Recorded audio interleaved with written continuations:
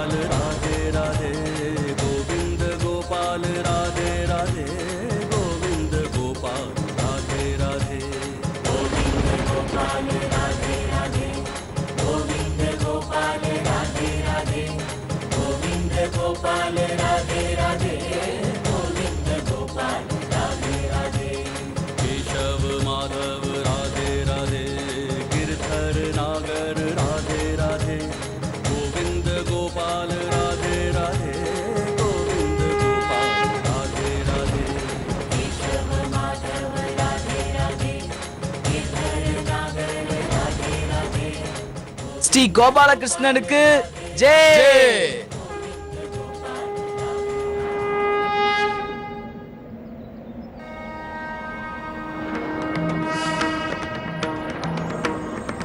कृष्णाय गोविन्दाय गोपीजनवल्लभाय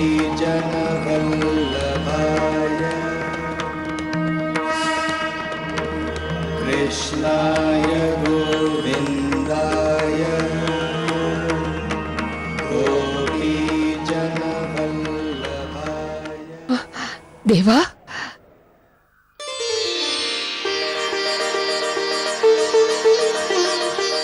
அம்மா நான் சொன்னேன்லம்மா, அவர் கண்டிப்பா இங்க நம்மள தேடி வருவாருன்னு. பாத்தீங்களா, என் நம்பிக்கை இப்ப உங்க முன்னாடி நிக்குது. என் பையன் தேவா,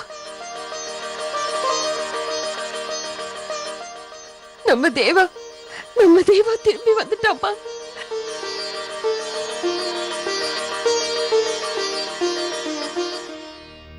இத பாருங்கம்மா, நீங்க எல்லாருமே என்ன பார்த்து தப்பா புரிஞ்சிட்டு இருக்கீங்க. நான் தேவா இல்ல, என் பேரு அபே.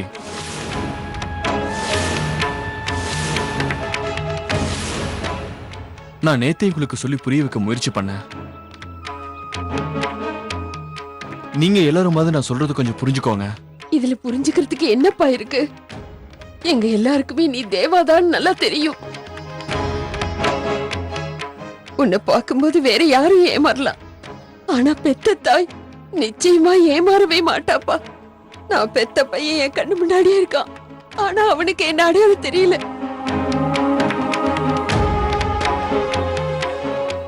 இத பாருங்க, என்ன பொறுத்த வரைக்கும் சொல்றேன், உங்களுக்கும் எனக்கு எந்த சம்பந்தமும் கிடையாது.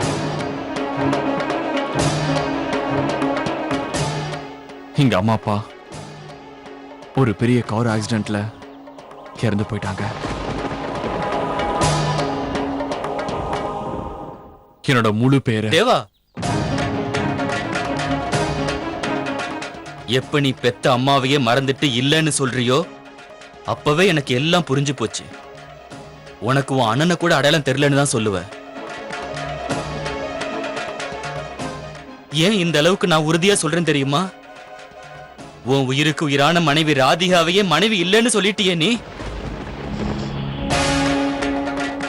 நாங்க எல்லாருமே நீ உயிரோட இல்லைன்னு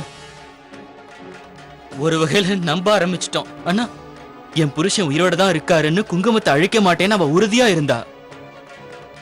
இந்த உலகமே அவளை நம்பாம கைவிட்டுருச்சு. நீ கண்டிப்பா ஒரு நாள் வருவேன்னு அவ சொன்னா. இன்னைக்கு நீங்க மறுபடியும் இங்க வந்திருக்கீங்கன்னா எதுக்காக வந்தீங்க? அதுக்கான பதில நான் சொல்றேன். நீங்க ஏன் இங்க வந்தீங்கன்ற காரணத்தை சொல்றேன். ஏன்னா நீங்க தான் என் புருஷன், நீங்க தான் இவங்க புள்ள, நீங்க தான் இவரோட தம்பி. இத பாருங்க, நான் உங்க எல்லாரையும் கையெடுத்து கும்பிட்டு கேட்டுக்கிறேன். தயவு செஞ்சு என் நிலைமையை புரிஞ்சுக்க கொஞ்சம் முயற்சி பண்ணுங்க. எனக்கு ஏற்கனவே ஒரு சந்தோஷமான குடும்பம் இருக்க, ஒரு குழந்தையும் இருக்க.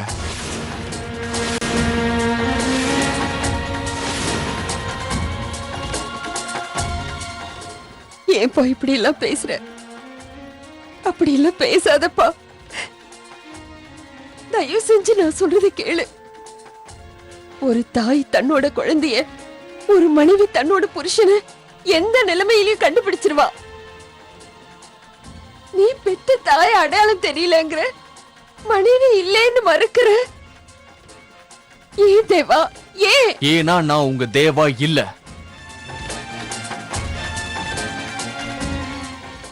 நான் அபே டாக்கூர். தயவு செஞ்சு என்ன தேவான்னு கூப்பிடாதீங்க.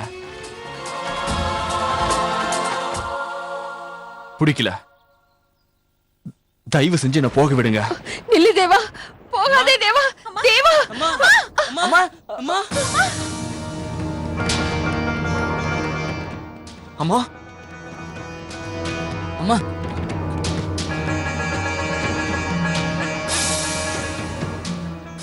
உங்களுக்கு ஒண்ணும் ஆகல இல்ல? பெத்த அம்மாவையே தெரியலன்னு சொல்லிட்டேப்பா. நான் உன்னோட அம்மாதான். உன்னை 10 மாசம் சுமந்து பெத்தவ. எனக்கு உன்னை பத்தி நல்லா தெரியும்.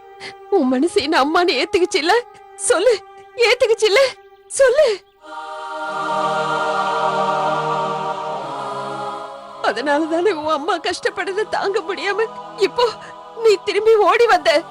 சொல்லு தேவா, சொல்லு. இத பாருங்கம்மா, நீங்க சொன்னதை நான் ஒத்துக்கிறேம்மா. உங்களோட தேவா என்ன மாதிரி இருப்பான்னு நினைக்கிறேன். ஆனா நான் உங்க தேவா இல்லம்மா. உடம்ப பாத்துக்கங்கம்மா.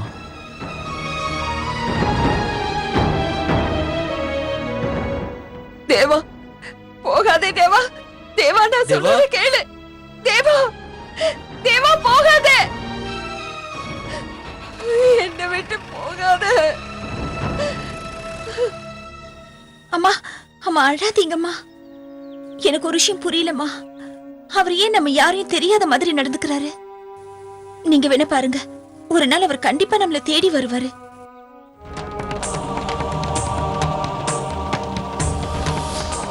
அதுக்கான பதில நான் சொல்றேன். நீங்க ஏன் இங்க வந்தீங்கன்ற காரணத்தை சொல்றேன். ஏன்னா நீங்க தான் என் புருஷன், நீங்க தான் இவங்க புள்ள, நீங்க தான் இவரோட தம்பி. உன் மனசு என்ன அம்மான்னு ஏத்துக்குச்சு இல்ல? அதனால தானே அம்மா படுற கஷ்டத்தை பார்க்க முடியாம நீ திரும்பி ஓடி வந்த.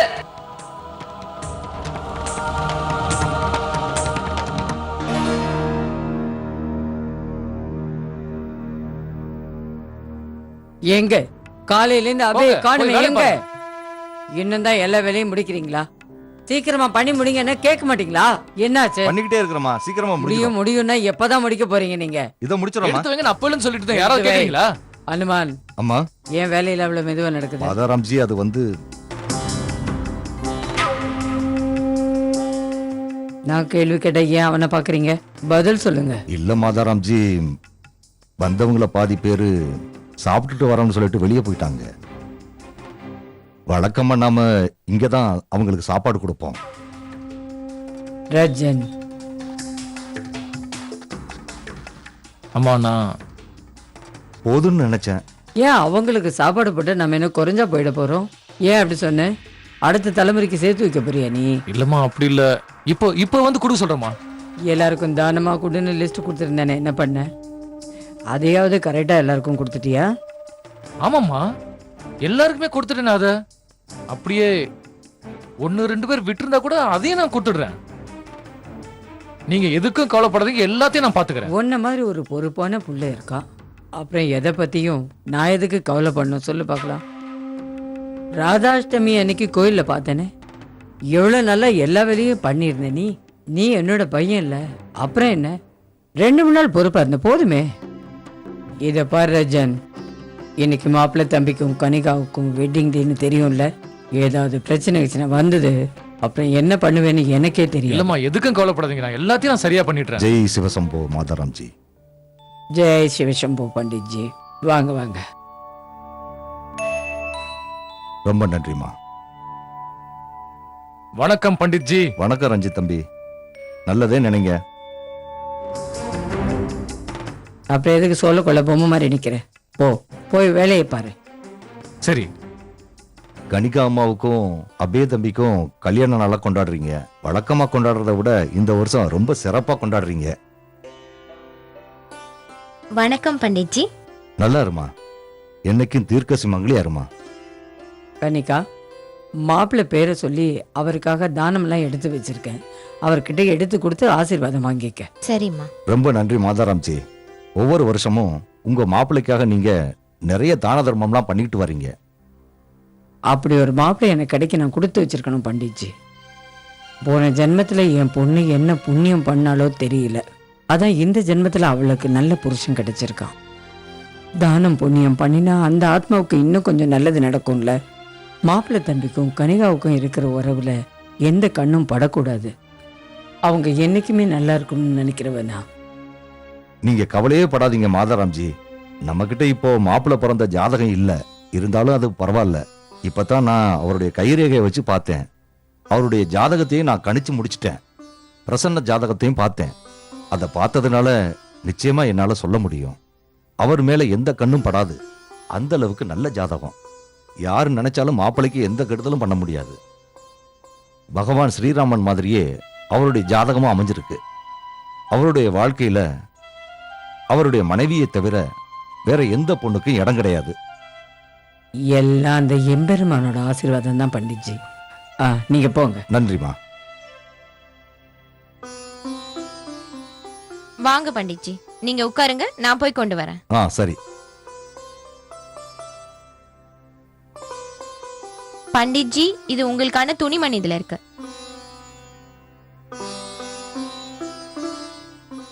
என்ன பண்டிட்ஜி பாக்குறீங்க? நீங்க ஏதாவது சொல்லணுமா?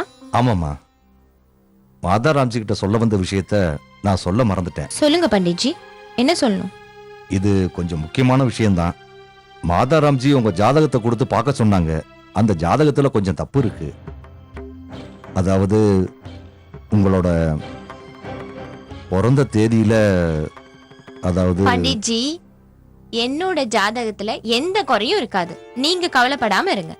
நட்சத்திரம், பிறந்த இடம் எல்லாமே கரெக்டா இருக்கும். இருக்க முடியாதுன்னு நினைக்கிறேன். என்னாச்சு பண்டிட்ஜி?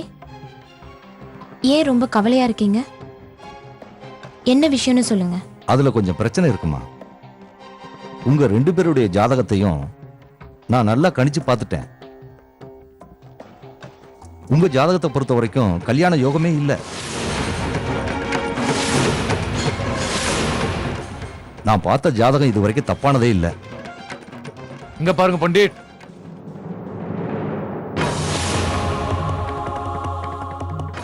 நீங்க முதல்ல கிளம்புங்க. உங்க தட்சணை வீடு தேடி வரும். தம்பி, இதுக்கு மேல ஒரு வார்த்தை பேசுனீங்கன்னா அவ்வளவுதான். இதே இடத்துல உங்களை சமாதி ஆக்கிடுவேன், ஜாக்கிரதை. ஆனா கீனன்றதுலாம் வேணாம். உங்க ஜோசியத்தை பையில போட்டுக்கிட்டு இங்க இருந்து உடனடியா கிளம்புங்க. நீங்க போறதுல உங்க தட்சணை வீடு தேடி வரும். அண்ணா, பண்டிட்க்கு எப்படியோ எல்லா விஷயமும் தெரிஞ்சிருக்கு. இப்போ என்ன பண்றது? அவர் எல்லாத்தையும் எல்லார்கிட்டயும் சொல்லிட்டாருன்னா, அபய பத்தின உண்மை எல்லாருக்கும் தெரிஞ்சிருச்சுன்னா நான் என்ன பண்றது? இப்ப நான் என்ன பண்ண போறேன்? குட்டிமா, நீ எதுக்கு கவலைப்படுற? ஒரு சவுண்ட் கொடுத்தன எப்படி பயந்து ஓடுறான் பாரு அந்த ஆளு.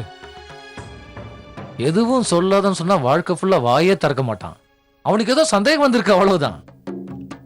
நீ புரியாம பேசிட்டு இருக்க. அவரோட சந்தேகம் உண்மையா மாறிடுச்சுன்னா?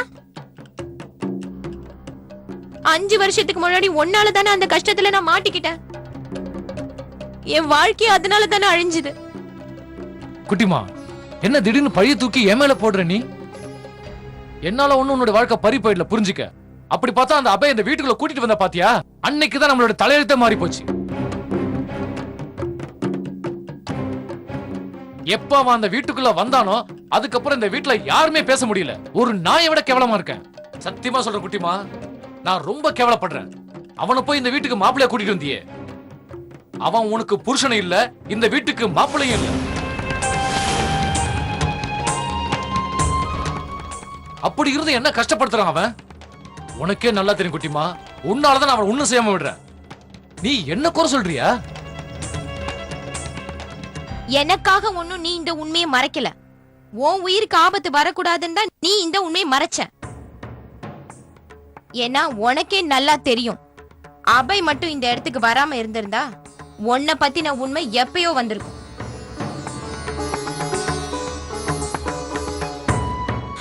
அம்மாக்கு மட்டும் இந்த உண்மையெல்லாம் தெரிஞ்சதுன்னா, ஒரு கீழ்த்தரமான ஆளுக்கு குழந்தைக்கு நான் தாயா இருந்தேன்னு தெரிஞ்சதுன்னா அவங்க என்ன கொன்னுடுவாங்க. அதனாலதான் ஆஸ்பத்திரியில இருந்து அந்த ஒரு ஆளை, எனக்கும் அவருக்கும் சம்பந்தமே இல்லாத அந்த ஒரு ஆளை நான் என் புருஷன்னு ஏத்துக்க வேண்டியதாயிடுச்சு.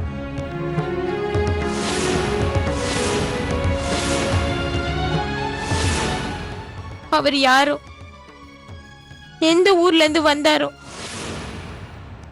ஆஸ்பத்திரியில நினைவில்லாம படுத்திருந்தாரு.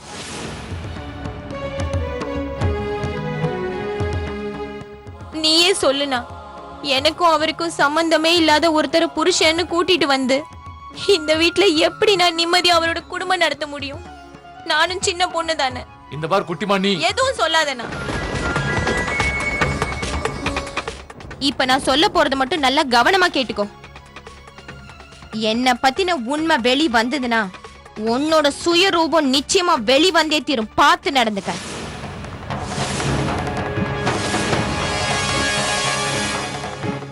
அதனால எப்போதுமே நீ நிதானமா இருந்துக்க.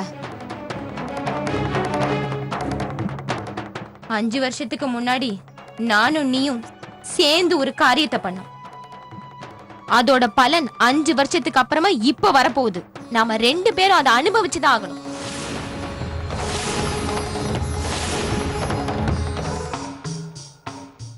உண்மையா சொல்றேன் அனுமான், நம்ம மாப்பிள்ளை தம்பி நமக்கு கிடைச்சிருக்கிற பொக்கிஷம். அவரை நாம பத்திரமா பார்த்துக்கணும். எந்த குறையும் இருக்கக்கூடாது. எல்லாரும் ஏன் இவ்வளவு மெதுவா வேலை பார்க்கறாங்க? மாப்பிள்ளை தம்பி, என்ன இன்னைக்கு என்ன பார்த்தும் பார்க்காமயே போறீங்க? கோவமா? மன்னிச்சிருங்க மாதாராம்ஜி, நான் உங்களை கவனிக்கல. வணக்கம். நல்லா இருங்க, நல்லா இருங்க. இப்போ நீங்க கவலையா இருக்கீங்க, என்ன விஷயம் சொல்லுங்க. ஒண்ணும் இல்ல, உங்க ஆசீர்வாதம் எனக்கு இருக்கிற வரைக்கும் நான் கவலைப்பட வேண்டிய அவசியமே இருக்காத. என்னோட ஆசீர்வாதம் எப்பவுமே உங்க கூடவே இருக்கும் மாப்பிள்ளை தம்பி. இல்லைன்னா கனிகா உங்களை விரும்புறான்னு தெரிஞ்சு நான் உங்களுக்கு கல்யாணத்தை பண்ணி வச்சிருந்திருப்பேனா? நான் வணங்குற சிவசம்பு தான் உங்களை இந்த ஜென்மத்துல எனக்கு மாப்பிள்ளையா அனுப்பியிருக்காரு. மாதாராம்ஜி, நிறைய வேலை இருந்ததுனால அது எதுவுமே எனக்கு சுத்தமா ஞாபகம் இல்ல. வேலைன்னு வந்துட்டு உங்களுக்கு எதுவுமே தோணாதே. அதுக்காக கல்யாண நாளை கொண்டாடுறத நான் விட்டு கொடுத்துருவேனா என்ன? நான் உங்களுக்காக என்னெல்லாம் பண்ணியிருக்கேன்னு கொஞ்சம் பார்த்து சொல்லுங்க எனக்கு. எப்படி இருக்கு? என்ன திடீர்னு இதெல்லாம் பண்ணிருக்கீங்க? இதெல்லாம் ஒன்றும் இல்லை, சாயந்தரம் பாருங்க என்னெல்லாம் பண்றேன்னு. அநேகமா சிவன் இவன் தலையெழுத்தை தானே எழுதிட்டான் போல இருக்கு. தெரு தெருவா சுத்தினவன் இந்த வீட்டுக்கு ராஜா ஆயிட்டான். ஆனா நான் ராஜா மாதிரி பிறந்தேன், இப்ப இந்த வீட்டுக்கு அடிமை ஆயிட்டேன். ஏ ரஜன், அங்க படியில நின்று என்ன யோசிச்சுட்டு இருக்க? இங்க வா. வரமா? மாப்பிள்ளை தம்பிக்கு கல்யாண நாள் வாழ்த்துக்களை சொன்னியா இல்லையா? இல்ல, இந்த சின்ன விஷயத்தை கூட நான் உனக்கு சொல்லி தரணும்ல. இல்லம்மா, காலையில இருந்து நான் பார்த்து சொல்லணும் தான் நினைச்சிட்டு இருந்தேன். மாப்பிள்ளை தம்பி காலையில இருந்து வீட்லயே இல்ல, இப்பதானே வந்திருக்காரு. இப்ப சொல்லிடுறேன். உங்களுடைய இந்த திருமண நாளுக்கு இந்த மச்சினனுடைய அன்பான நல்வாழ்த்துக்கள். ரொம்ப தேங்க்ஸ் ராஜன். மாதாராம்ஜி, நான் வரேன். நானும் போயிட்டு வா.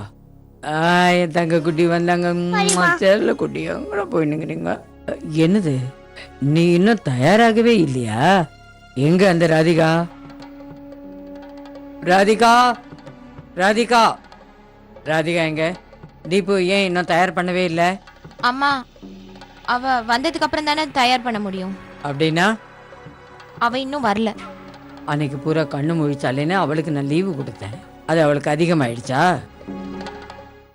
இல்ல நீ தயவு செய்து நான் சொல்றத நம்புங்க. அவரு நிச்சயமா நம்ம தேவா இல்ல. இல்லவா சொன்னேன், எனக்கு முழு நம்பிக்கை இருக்கு. அவர் ஏன் புருஷன்தான். இல்ல நீ இல்ல.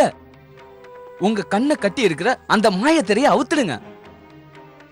அவ மட்டும் நம்ம தேவாவா இருந்திருந்தா அவ நம்ம கிட்ட நிச்சயமா அப்படி நடந்திருக்க மாட்டான்.